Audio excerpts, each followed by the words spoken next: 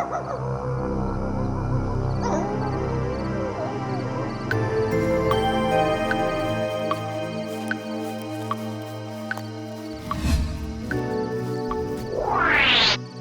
বাবা, এ কে রে? আরে ভয় পাবে না মন্ত্রী মশাই, আমি ভগবান। হ্যাঁ ভগবান, এরকম ভূতের মতন অন্ধকারে কেন? বলো শুনি। আমার একটা কাজ চাই, খুব কাজের দরকার। আমি কাজ পেয়ে আপনাকে পুষিয়ে দেবো। হ্যাঁ কি হিসাবে থাকবে সেটা তো বলো। এই মুহূর্তে তো কোনো পথ ফাঁকা নেই। আমি এখন নতুন করে অঙ্কন শিখছি। ও, তার মানে তুমি আঁকাঝোঁকা করছো? হ্যাঁ, গরু মোষ কুকুর হরিণ এদের সব ছবি আঁকতে পারি, মানুষের ছবিও এঁকেছি, মানে আঁকতে পারি। পরে সব খোলসা করে বলবো, এখন এইটুকুই বললাম। দেখি কাল রাজসভায় মহারাজকে বলে তোমার কোনো হিল করতে পারি কিনা। আমি খুব আশায় রইলাম। আরে আপনি তো জানেন না কি ভান্ডার আমার কাছে আছে। হ্যাঁ, তুমি থাকছো কোথায়? ভোজনং যত্রতত্র শয়নং হট্ট মন্দিরে। এরকম ভাবে তো থাকলেই চলবে না। গোপাল বা ওর বানর সেনার চোখে যদি পড়ে যাও তাহলে বিপদে পড়ে যাবে। এই তো আমাকে একবার রাজসভায় ঢুকতে দিন, তারপরে দেখুন গোপালকে কিভাবে তাড়াই। এখন চলো, তোমায় একটা আস্তানা তো দিতে হবে। কোথায় আস্তানা নেব মন্ত্রী মশাই? আপাতত বড়টা ঘটার বাড়ি। তাহলে যাওয়া যাক।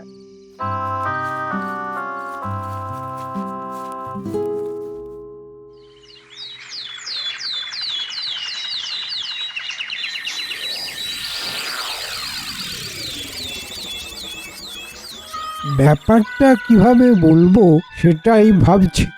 মহারাজ, আচ্ছা, আপনার কখনো চিত্রকরের হাতে নিজেকে সঁপে দিতে ইচ্ছে করে না? চিত্রকরের হাতে নিজেকে সঁপে দেব কেন? আমি তো প্রজাদের হাতেই নিজেকে সঁপে দিয়েছি। আপনার পিতা পিতামহর সবার কিরকম দেওয়ালে ছবি আছে। তারা তো সব মৃত মন্ত্রী। আচ্ছা, তুমি কি বলতে চাইছো আমি তো ঠিক বুঝতে পারছি না। মন্ত্রী মশাই কি মহারাজকে ছবি করে ঝোলাতে চান? গোপাল, তোমার মুখে কিছু আটকায় না দেখছি। কেন কেন কেন তুমি হঠাৎ আমার ছবি নিয়ে পড়লে কেন বলো তো? এক কাজ করো, তুমি বরং নিজের ছবি আঁকা। বেশ ভালো হয় মন্ত্রী মশাই। ওই আপনার বসার ঘরে ছবিটা টাঙিয়ে রাখবেন। তুমি চুপ করো গোপাল, তোমাকে এই বিষয়ে কেউ কোনো কথা বলতে বলেনি। তুমি নিজের চরকায় তেল দাও। আমি তো নিজের চরকাতেই রোজ তেল দিই, তাই চরকাটা বেশ হড়হড় করে চলে। আমো তো গোপাল, আমাকে জানতে দাও, আজ রাজসভা শুরু থেকেই মন্ত্রী এই চিত্রকরকে নিয়ে পড়লো কেন? বলো বলো মন্ত্রী, বলো তো কি ব্যাপার? অভয় দেন তো বলি। আমার কাছে কাল একজন খুব গুণী চিত্রকর এসেছে, তার হাতে আঁকা দেখে আমি তো মুগ্ধ। আচ্ছা, মন্ত্রী মশাই ছবি নিয়ে এত করে পড়েছেন কেন? তার মানে কি সর্ষের মধ্যে ভূত আছে? যা বলবে মাথা উঁচু করে জোর গলায় কথা বলবে, বিড়বিড় করে বলে কি হবে? দেখুন, রাজ্যের মাথায় অনেক সমস্যা, সেই সব সমস্যা নিয়ে আপনি কোথায় বলবেন তা না, রাজসভা আরম্ভ হওয়ার সাথে সাথে মহারাজের ছবি নিয়ে পড়লেন। একটা গুণী মানুষের পাশে দাঁড়াতে চাই গোপাল। এখানে অনেকজন আছে, তা কেন আছে কেউ জানে না, তাদের কাজ কি সেটাও কেউ জানে না। আগে আপনি কি আমাকে কিছু বলতে চাইছেন? আমো তো তোমরা কি যে শুরু করেছো না। এই আমাকে শুনতে দাও পুরো বিষয়টা। আমার অপরাধ নেবেন না মহারাজ। হ্যাঁ মন্ত্রী, পুরো বিষয়টা বিশদে বলো। আমাদের সভায় সব ধরনের পেশার লোক আছে, কিন্তু কোনো চিত্রকর নেই। তাই বলছিলাম, যদি সবাই একটা চিত্রকর থাকতো। চিত্রকর? কি বলো সবাই? আমি চিত্র বানাই কলমে, আর ঘাস শুকোয় সুন্দর মলমে। এটা কিরকম হলো? কলমের সাথে মলম? তা যাকে তা ওই চিত্রকরের হাতের কাজ তুমি দেখেছো? দেখেছি মানে? কি অপূর্ব কাজ, ঠিক যেন জীবন্ত। বেশ, তাহলে কাল সভায় নিয়ে এসো দেখি কেমন আঁকতে পারে সে। ঠিক আছে মহারাজ। ব্যাস, এবার ভগবানকে এখানে কায়দা করে কাজে লাগিয়ে দিতে হবে। তারপর ভগবান আর আমি দুজনের বুদ্ধিতে গোপালকে হাঁটিয়ে কৃষ্ণনগরে রাজত্ব করব। কিছু একটা গোলমাল তো আছেই আছে। ঠিক আছে, দেখি চিত্রকর কে আর তার কেমন হাত। কেমন কেমন লাগছে বিজ্ঞানী, ঠিক তালে। কেন গোলমালটা কোথায় দেখলে? আজ হঠাৎ করে সভার শুরুতে মন্ত্রীমশাই এক চিত্রকরের কথা টানলেন। তুমি সবসময় খুব ভাবো না গোপাল? আমার কাজটাই তো ভাবার, যেখান থেকে তোমাদের ভাবা শেষ সেখান থেকে আমার ভাবনা শুরু। আমার মতো করে কেউ ভাবে না বিজ্ঞানী, এটাই আমার দুঃখ। দুঃখ করো না গোপাল, একদিন তোমার ঠিক মূল্যায়ন হবে। হ্যাঁ,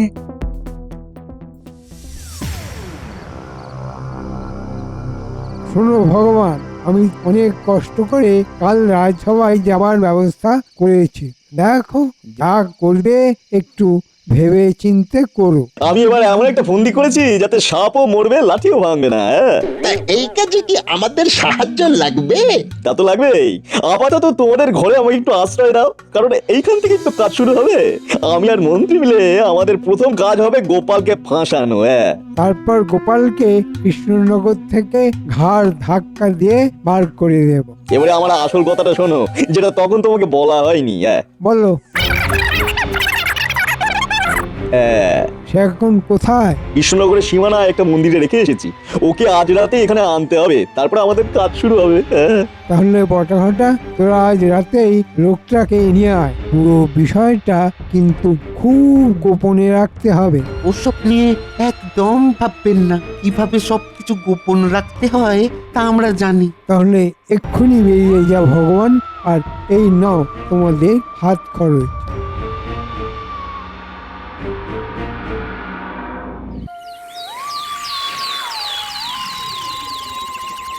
এবার প্রণাম মহারাজ।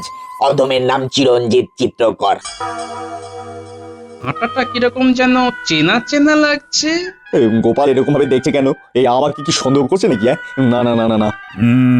তুমি তো খুব ভালো চিত্রকর শুনেছি, তা দেখি তোমার হাতের কাজ। এই নিন মহারাজ, দেখুন এগুলো আমার আঁকা প্রকৃতির ছবি।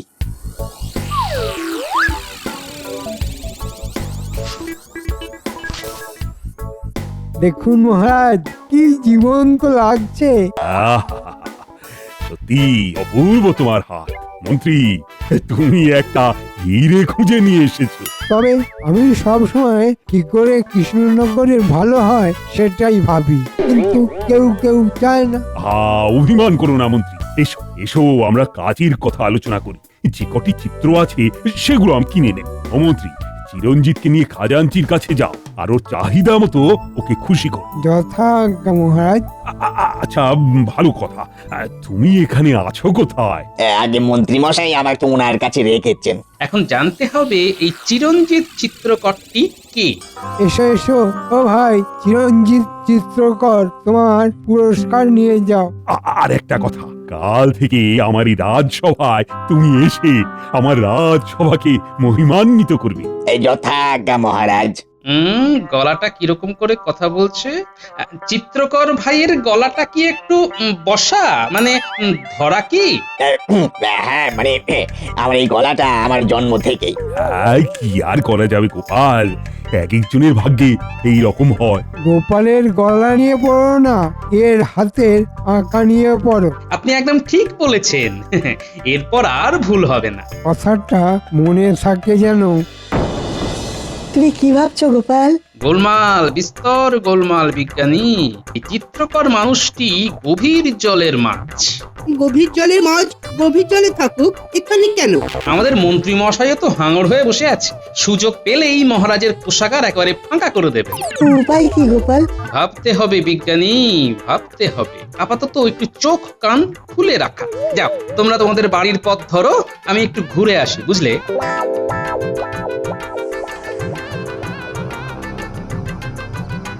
কি ভাই চিরঞ্জিত, এখানে ভালো লাগছে তো? ভালো তো লাগছে, দুমুটো খাবার তো জুটছে, ব্যাস এতেই আমি খুশি।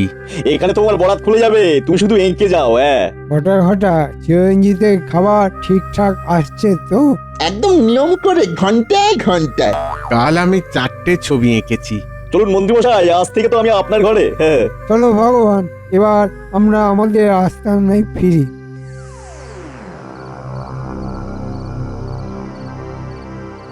আচ্ছা, সব সময় কিন্তু গোপালকে এড়িয়ে চলবে। ওটা আমার উপর ছেড়ে দিন। আগে মহারাজের বিশ্বাস অর্জন করি, তারপরে গোপালকে দেখবো। হ্যাঁ, তোমার এই কথা শুনে মনটা তুরুক দিয়ে নেচে উঠল ভগবান। আমার দীর্ঘদিনের প্রচেষ্টা পূর্ণতা পাবে। আপনি শুধু দেখে যান আমরা কোথা থেকে কোথায় চলে যাই। আচ্ছা ভগবান, মহারাজ যদি তোমাকে নিজেকে আঁকতে বলেন? হয়ে যাবে, শুধু চিরঞ্জিতকে মহারাজ দর্শন করিয়ে দিতে হবে। তারপরে দেখবেন খেলা, ও ঘরে বসে ছবি আঁকবে আর আমরা অর্থ উপার্জন করব। আজকের উপার্জনটা মন্দ হয়নি, সবাইকে দিয়ে থুয়ে আমাদের দুই ভাইয়ে বেশ ভালোই আসবে। এরকম করেই চলতে থাকুক।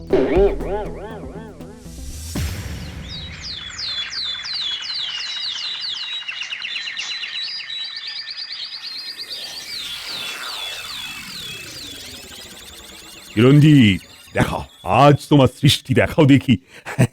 আমি নতুন কিছু দেখবো বলে বসে আছি। আজ আমি 4টি চিত্র আপনার জন্য এনেছি মহারাজ, সব ফুলের। আচ্ছা, সব ছবিগুলো তুমি মন্ত্রী মশাইয়ের বাড়িতে বসেই এঁকেছো? আগে হ্যাঁ ভার মশাই। বাহ, তাহলে মন্ত্রী মশাই আপনি কি ভাগ্যবান, এই সুন্দর চিত্রকরকে সেবা করার সুযোগ পাচ্ছেন। এই রে, খুব গোলমেলে লাগছে তো, খুব সাবধানে থাকতে হবে। আমাকে আঁকতে পারবে চিত্রকর? নিশ্চয়ই পারবো। আমাকে হাল ধরতেই হবে, নাহলে গোপাল যা ধরিবার ঠিক ধরে ফেলবে। চিরঞ্জিত, মহারাজকে তোমার আঁকা ছবিগুলো দেখাও, মহারাজ খুব খুশি হবেন। হ্যাঁ, দেখাও দেখাও, আগে তোমার আঁকা ছবিগুলি দেখি। আমাকে ভার মশাই দেরি করে দিচ্ছেন। তুমি আমার সভার একজন রত্ন, তুমি আমার সাথে কথা বলবে। গোপাল, তোমার প্রয়োজন হলে রাজসভা শেষ হলে মন্ত্রীর সাথে মন্ত্রীর ঘরে গিয়ে চিরঞ্জিতের সাথে যোগাযোগ করবে, বুঝলে? কথাটা মনে থাকবে তো? থাকবে মহারাজ। এসো এসো চিরঞ্জিত, দেখাও তো তোমার হাতের কাজ।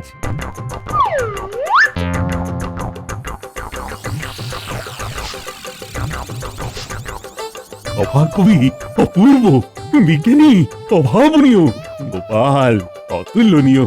এ আমি কি দেখছি? মহারাজ একেবারে কাত, এবারে গোপাল বধের আয়োজন করতে হবে। হ্যাঁ, এই তো, মহারাজ এখন ভগবানের হাতে বন্দি। আমি তোমাকে ছাড়ছি না চিত্রকর। মহারাজ, সত্যি চিরঞ্জিতের হাত কি অসাধারণ। মহারাজ, আপনি সত্যি ভাগ্যবান। মন্ত্রী, যাও যাও, চিরঞ্জিতকে ওর অসাধারণ চিত্রের জন্য ওকে পুরস্কৃত করো। খাজাঞ্চিকে বলো চিরঞ্জিতের হাতে যেন 5 মোহর দেওয়া হয়। 500 থেকে 100 বটা ঘটা, আর ওই চিত্রকরকে দেব, আর 400 থেকে 200 আমার, আর 200 ভগবানের। পুরস্কারের কথা শুনে মন্ত্রীর মুখটা কেমন হাসি হাসি হয়ে উঠলো দেখছি। ঠিক আছে, দেখছি আর কত বাড়তে পারো।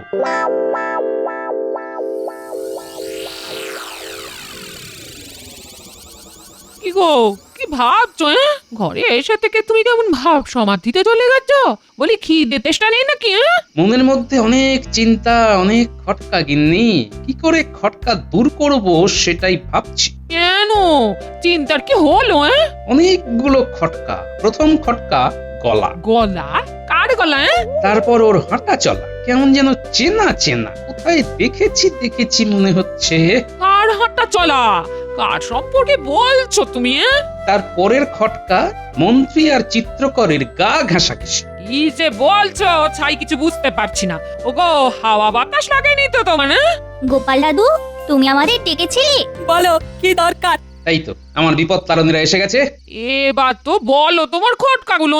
বলবো বলবো, সব বলবো। শোন বাছারা, তোদের উপর একটা বিরাট দায়িত্ব দিচ্ছি, মন দিয়ে শোন। কৃষ্ণনগরে একটা খুব গোলমেলে লোকের আবির্ভাব হয়েছে। গোলমেলে? সে কি গো?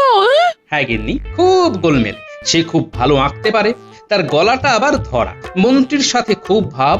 মন্ত্রী আর চিত্রকর মিলে রাজার রাজকোষ ফাঁকা করার অছিলায় এই কৃষ্ণনগরে এসেছে। আমাদের কি করতে হবে শুধু বলে দাও। কাল থেকে তোদের কাজ হলো লুকিয়ে মন্ত্রীর উপর নজর রাখা। মন্ত্রী রাজসভার পর কোথায় যায়, ঠিক আছে গোপাল দাদু।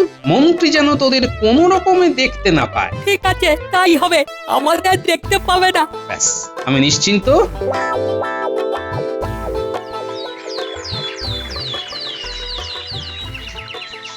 মন্ত্রীমশাইয়ের দেরি হচ্ছে। ও আমার বানর সেনা আমাকে ঠিক খবর দেবে। মন্ত্রীমশাই এখনো আসেনি, এবার আসল খেলাটা খেলে নি। মহারাজ, একটা কথা বলবো? হ্যাঁ হ্যাঁ নিশ্চয়ই, বলো বলো। মহারাজ, নবাব বাহাদুরকে একটা চমক দেওয়া যায়। এমন উপহার দেবেন যাতে নবাব বাহাদুর খুব খুশি হবেন। কি বলতে চাইছো? একটু পরিষ্কার করে বলো না। নবাব বাহাদুরকে আমন্ত্রণ জানান, তারপর চিরঞ্জিতকে দিয়ে নবাব বাহাদুরের একটা ছবি আঁকান। নবাব বাহাদুর খুব খুশি হবেন। বাহ বাহ বাহ বাহ, দারুণ বলেছো তো গোপাল। আজ সারাদিনটা তুমি ভালো করে দিলে। উফ, মন্ত্রীটা এখনো চিরঞ্জিতকে নিয়ে আসছে না কেন? ওই আসছে মহারাজ। এই মন্ত্রী, আজ তোমার দেরি হলো যে? বুঝলে, আমরা একটা বিরাট বিষয় নিয়ে আলোচনা করে একেবারে চূড়ান্ত সিদ্ধান্ত নিয়ে নিয়েছি। তোমাকে বললে তুমিও খুব খুশি হবে। কি বিষয় মহারাজ? আজই নবাব বাহাদুরকে চিঠি লিখে জানাও যে নবাব বাহাদুর যেন অবিলম্বে আমাদের এই কৃষ্ণনগরে পায়ের ধুলো দেন। কি ব্যাপারে মহারাজ? গোপাল একটা দারুণ সুন্দর পরিকল্পনা দিয়েছে। চিরঞ্জিতকে দিয়ে নবাব বাহাদুরের একটা ছবি আঁকিয়ে সেই ছবি নবাব বাহাদুরকে উপহার দেব। হ্যাঁ, ভীষণ ভালো পরিকল্পনা। এতে করে চিরঞ্জিতের নাম হয়ে যাবে। হ্যাঁ, কি চিরঞ্জিত, খুশি নাও? পেরে এটা তো মহাকেলো হলো। আমি তো ছবি আঁকতে জানি না ছাই। এই মুশকিল হয়েছে, বেবি কি হবে? তুমি তো দেখছি মহা চিন্তায় পড়লে। কি, তুমি খুশি হওনি? এ তো খুব ভালো প্রস্তাব মহারাজ। তবে নবাব বাহাদুরকে এত তাড়াতাড়ি জানিয়ে কি লাভ? আগে চিরঞ্জিত ফুল লতা পাতা থেকে বেরিয়ে মানুষের ছবি আঁকুক। আমরা তো ওর হাতে মানুষের ছবি তো দেখিনি। এটাও তো কথা। কি গো গোপাল, এই সমস্যার সমাধান কি করে করবে? এই সমস্যার সমাধানও আমার কাছে আছে মহারাজ। বলো বলো শুনি। চিরঞ্জিতকে এই রাজপ্রাসাদে আপনার কাছে রাখুন মহারাজ। এতে করে মন্ত্রী মশাইও একটু রেহাই পাবেন। আসলে রাজ অতিথি বলে কথা। না না মহারাজ, আমার মন্ত্রী মশাইয়ের বাড়ি থাকতে ভালোই লাগছে। না না মহারাজ, আমি একটা প্রকৃত শিল্পীকে নিজের কাছে রাখতে পেরে খুবই পুলকিত মহারাজ। করেছো বাবা পেঁচে। এবার সামলাও দেখি। কি করি বলো তো গোপাল? চিরঞ্জিত তো মন্ত্রীর বাড়িতেই থাকবে বলছে। কেউ যদি রাজ অতিথি থাকতে অস্বীকার করে তবে আপনি আর কি করবেন বলুন? যে যেখানে থাকতে চায় থাকুক। কিন্তু তাহলে নবাব বাহাদুরের ছবি আঁকা কি হবে? সেটাও হবে, এত তাড়ার কি আছে? নবাব বাহাদুরও আছেন আর আমাদের চিরঞ্জিত চিত্রকরও আছে। যে কোনো শুভ দিন দেখে আমন্ত্রণ জানিয়ে দেবেন। বেশ বেশ, ঠিক আছে। সকালের ঘটনাটা গোপাল দাদুকে না জানাতে পারলে পেটের ভেতরটা কেমন কেমন করছে। তো গোপাল দাদু আসছে। গোপাল দাদু এইদিকে তাড়াতাড়ি আসো। তোমার জন্য অনেক খবর নিয়ে বসে আছি। বল বল, আমি জানি আজ তোদের কাছে অনেক গল্প শুনবো। বল বল বল। কুটি, তুই বল।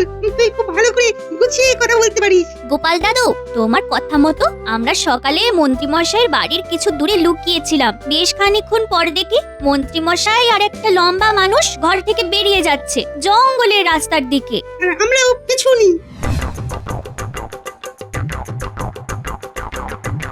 এই রাস্তাটা তো ওই গোটা ঘটার বাড়ি যাওয়ার সহজ রাস্তা। ঠিক বলেছিস। ওই তো ওরা দুজন বটা ঘটার বাড়ির দিকেই যাচ্ছে। ওরা বটা ঘটার বাড়ি গেল, তার মানে আমরা খটকার খুব কাছে। তারপর বল। তারপর আমরা বটা ঘটার বাড়ির জানলা দিয়ে ভেতরে তাকাই। দেখি। কি দেখলি? কি চিরঞ্জিত, কেমন লাগছে? বটা ঘরটা তোমাকে ঠিকঠাক যত্ন করছে তো? করছে মন্ত্রী মশাই। আমার আর কি প্রয়োজন? দুবেলা দুমুঠো খেতে পেলেই হলো। আরে, এ তো দিনে দুপুরে চুরি। ছি ছি ছি ছি, একজন কাজ করছে আর বাকি সবাই তাকে ঠকাচ্ছে। না না না না না, এ আমার সহ্য হবে না। তোরা বাড়ি যা। প্রণাম মহারাজ। গোপাল দাদা আপনার সাথে দেখা করতে এসেছেন মহারাজ। এত রাত্রে গোপাল? কিছু নিশ্চয়ই ব্যাপার ঘটেছে। গোপালকে আসতে দিন। এত রাতে বিরক্ত করার জন্য ক্ষমা চাইছি মহারাজ। না না না না, তুমি বলো বলো বলো, কি সমস্যা? মহারাজ, আপনার বিশ্বাস আর সরলতা নিয়ে খেলা করছেন আমাদের মন্ত্রী মশাই আর ভগবান। ভগবান?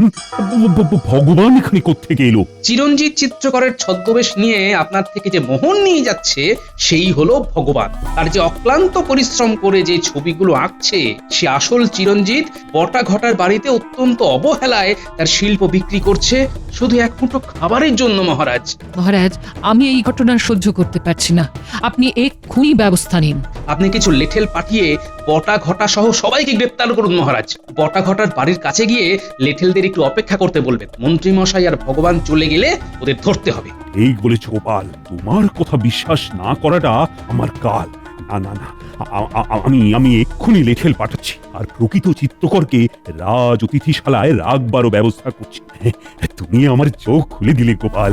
গোপালের বুদ্ধি, বুদ্ধিতেই সিদ্ধি।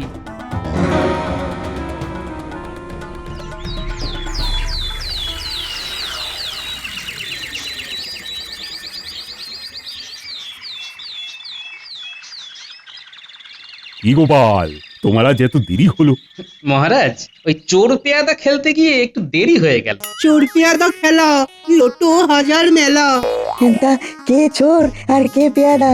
পেয়াদা আমি, আর চোর তা চিরঞ্জিত চিত্রকর। আজ এক্ষুনি আমার ছবি আঁকো। মহারাজ, মহারাজ এসব কি হচ্ছে? এসব কি হচ্ছে মহারাজ? কি আর করা যাবে বলো চিত্রকর, গোপাল তো আমার বড় প্রিয়, তাই ওর একটা ছবি রাজসভায় থাকবে, তাই আমার আদেশ তুমি আঁকো। সর্বনাশ, কোথা থেকে কি হলো? মহারাজ, আমি সভাজ্ঞবি, আমারও চাই একটা ছবি। কি ভগবান, কি ভাবছো? ধর্মের কল কিভাবে বাতাসে নড়ে? কি ভগবান, নকল চিরঞ্জিত ছেড়ে আসল চিরঞ্জিতকে গোটা ঘটার বাড়িতে রেখে তো ভালোই ব্যবসা ফেলেছিলে। ওরই আসল চিরঞ্জিতকে নিয়ে এসো। ইনি হলেন আসল চিত্রকর চিরঞ্জিত। আজ থেকে এই চিরঞ্জিত হলো আমার রাজসভার একজন রত্ন, আর নকল চিরঞ্জিত ওরফে ভগবান আর আমার মিথ্যেবাদী মন্ত্রীকে 1 মাসের কারাগার আর রাজপ্রাসাদের তোরণ থেকে বাজার পর্যন্ত নাক খত দিতে হবে। ক্ষমা করুন মহারাজ, আমার নাক তো ভোঁতা হয়ে যাবে। শুরু করো। আর এই পুঁটি উল্টে দল, ওদের কাজ হলো ওদের পেছন পেছন যাওয়া। যেমন কর্ম তেমন ফল।